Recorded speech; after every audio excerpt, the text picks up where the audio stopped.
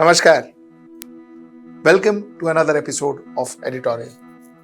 I want to rule the world. I want to rule the world. This was the statement made by Napoleon. That was a very famous statement. I want to rule the world. I want to be the king of the world. Is that what Trump is trying? Let's talk about this. Let's get right into the show. You see,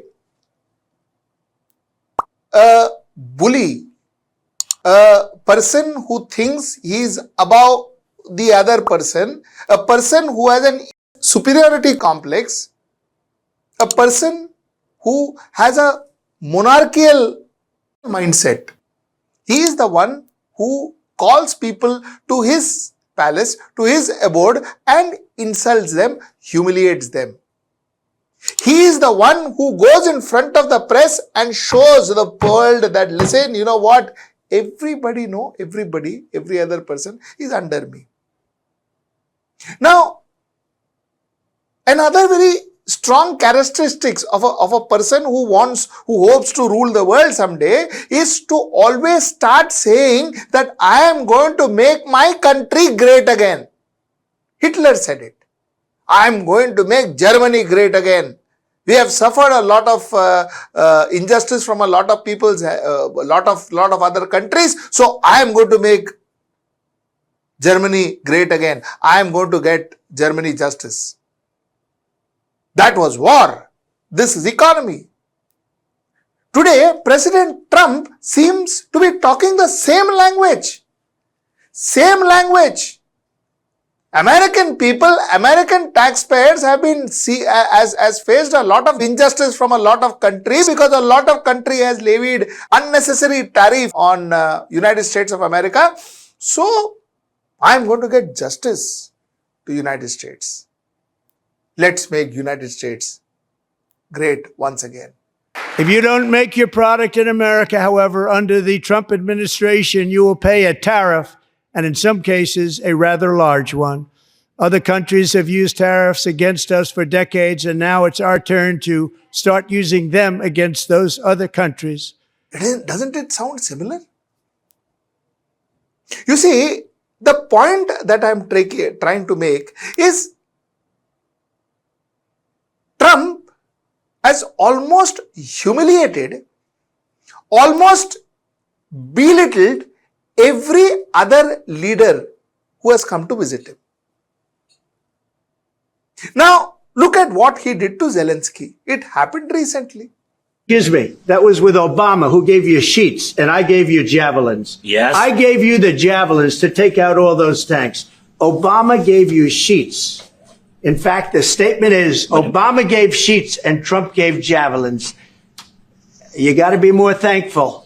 Because let me tell you, you don't have the cards. With us, you have the cards. But without us, you don't have any cards. When Benjamin Netanyahu was with him, in front of Netanyahu, he said, I am going to buy Gaza. I am going to buy Gaza Strip. Kharid lega. Netanyahu, of course, didn't say much. He kept quiet. The U.S. will take over the Gaza Strip, and we will do a job with it, too. We'll own it and be responsible for dismantling all of the dangerous unexploded bombs and other weapons on the site, level the site and get rid of the destroyed buildings, level it out, create an economic development that will supply unlimited numbers of jobs and housing for the people of the area. The way he treated Keir Starmer of United Kingdom, the Prime Minister of United Kingdom, I thought that was absolutely unbecoming of another leader. For starters, in a discussion, he asked Starmer, do you think you can fight Russia alone? On an economic deal, our team is going to be working together on security in Ukraine. You mentioned Canada. I think you're trying to find a divide between us that doesn't exist. We're the closest of nations, and we had very good discussions today, but we didn't discuss Canada. Thank you. Today, but we didn't discuss Canada. Thank you. Look at the way he treats another world leader. He treats the Prime Minister of another country. Look at the way he treats. he didn't treat Mr. Narendra Modi very well either. Elements today of success. I call it an element of success. Reciprocal tariffs. So that somebody charges us, we charge them the same amount, which has never been done in our country before. We've always been taken advantage of by other countries, and we allow that to happen foolishly. But we're not going to allow that any longer. So he didn't treat Mr. Narendra Modi very well either. In front of another prime minister, you are saying that this country charges a lot of tariff. Bhai, ye sab baat karo. It is not that you don't talk about it, but these are discussions that you have in a closed door. Not in press conference where you say, ye bahut tariff charge karta hai ye. He charges a lot of taxes. He charges a lot of tariff. This is how you talk to another world leader. And that world leader has hugged you 4 times already before that. There is something called as courtesy that you extend to another world leader. And that courtesy is something that he absolutely has no idea what it is in his mind. Or possibly Trump wants to put down every world leader. Why? He wants to be the ruler of earth. Every other leader is smaller, insignificant to me, is the message he is sending to the world. Because today every Ukrainian saw how their president was humiliated. Every Indian saw how Prime Minister Narendra Modi was not treated too well and the way he spoke about it. Though Prime Minister Narendra Modi amongst all of that was treated the best in a way, come to think of it, but yet he was, he at some point, he just couldn't resist being condescending. The same way, we saw how Starmer was treated, like I told you. We saw how he was treated. Denmark, he told Denmark that I want to buy Greenland. Of course, one of the parliament members of Denmark gave it real back to him, and where he asked him to, F off or whatever. I'm sure you know what I mean by that. Dear President Trump, listen very carefully. Greenland have been part of the Danish kingdom for 800 years. It's an integrated part of our country. It is not for sale. Let me put it in words you might understand. Mr. Trump, fuck off. Why? Why get into that? See, now coming to my next point. In the process of him showing himself as superior, showing himself as the bully, showing himself as the leader of the world and possibly the king of the world, what he is trying to do is he is trying to divide the world. He is trying to divide the world. Slowly but steadily, the world is reacting to him. He humiliated Zelensky. The entire European Union came together and gave Zelensky a royal welcome. A royal welcome. Zelensky wouldn't have got that welcome if it wasn't for Trump's humiliation. What was Europe trying to do? What was Europe trying to communicate? What was the message that Europe was trying to send? The message that Europe was trying to send to Trump is, listen, you don't decide. We are there to back him. You may think whatever, but we are there to back him. Trump wants to be friends with Putin. He put down Zelensky. He put down Ukraine. And the European Union said that no, we are with Ukraine. Your opinion are yours. This is what they told Trump. This is what the message they sent. China, incidentally, let me tell you, China, after tariffs were put on China, China said if war is what US wants, be it tariff war, trade war or any other type of war, we are ready to fight. Chinese were very clear. Lena panga. You want to take panga with us? Any war, tariff war, trade war, jo wall bolo, wo war, we are ready. See, these were not words that was used against America till recently. India, they are putting tariff. And now it's our turn to start using them against those other countries.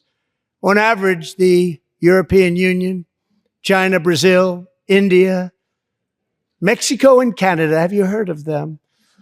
And countless other nations charge us tremendously higher tariffs than we charge them. It's very unfair. India charges us auto tariffs higher than 100%. China's average tariff on our products is twice what we charge them. And South Korea's average tariff is 4 times higher. Think of that, 4 times higher. And we give so much help militarily and in so many other ways to South Korea. But that's what happens. This is happening by friend and foe. This system is not fair to the United States and never was. And so on April 2nd, I wanted to make it April 1st, but I didn't want to be accused of April Fool's Day. That's not, just one day was cost us a lot of money. But we're going to do it in April. I'm a very superstitious person. April 2nd, reciprocal tariffs kick in.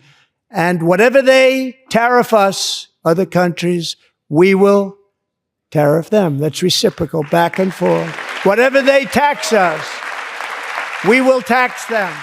Friends and foes, everybody is doing injustice to US. This is what he's communicating to his people, creating enemies. So he is isolating America.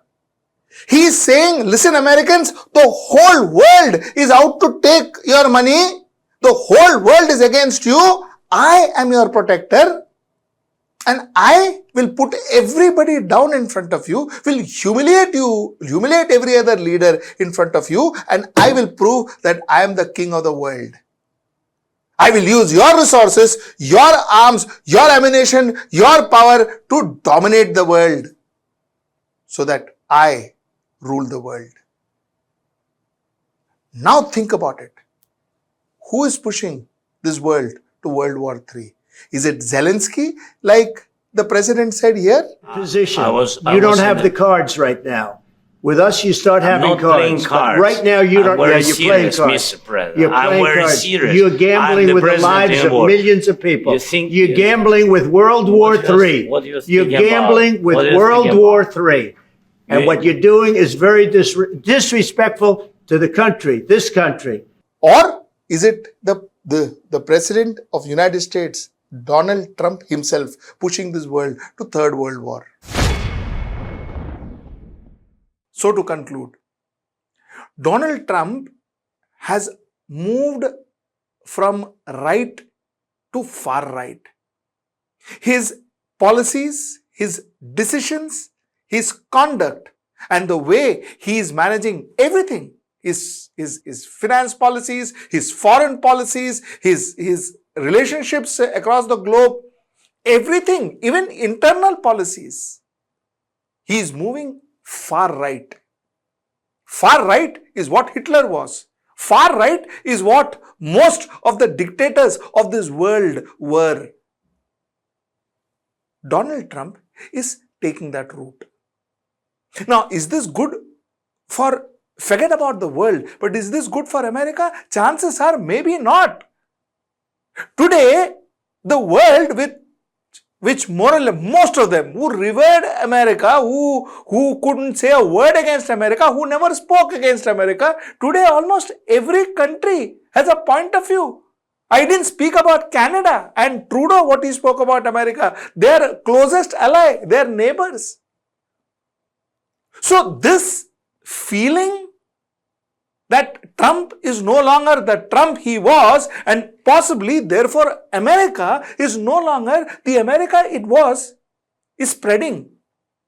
The logic is very simple. Finally, Europe may unite together. Asia may unite together. Middle East may unite together. You are just going in and saying, I'll buy out Gaza. And what happens to the Palestinians staying there? And you think the Arab nations are going to keep quiet about it? I'm going to buy out Gaza. I mean, look at the mindset. I'm going to buy out Greenland. You think that Denmark, the Danish people are going to keep quiet? If he buys out Greenland? This is going to continue. This is going to happen. Tariffs on China, tariffs on India. The point is, I think Trump's ambition is going to prove very, very dangerous for the world. We will see this in the next 4 years. His ambitions, his arrogance, and the people around him, J.D. Vance and Elon Musk. Elon Musk gets pleasure in sacking people, causing misery. He gets pleasure. Look at what he did to Twitter. Look at what he did to the staff of Twitter. There's a pleasure he derives in sacking people. He is the one who is on the left of Mr. Donald Trump and Mr. J.D. Vance on the right as his vice president. We saw how J.D. Vance took off on Zelensky. So with this kind of comrades and Donald Trump, the new avatar of Donald Trump 2.0, A, is not going to be good for the world. B, most importantly, may not necessarily be good for India. That my friend Donald Trump may not remain my friend for long. This is the point I wanted to make. Till I see you next time. That's tomorrow at 10. Namaskar.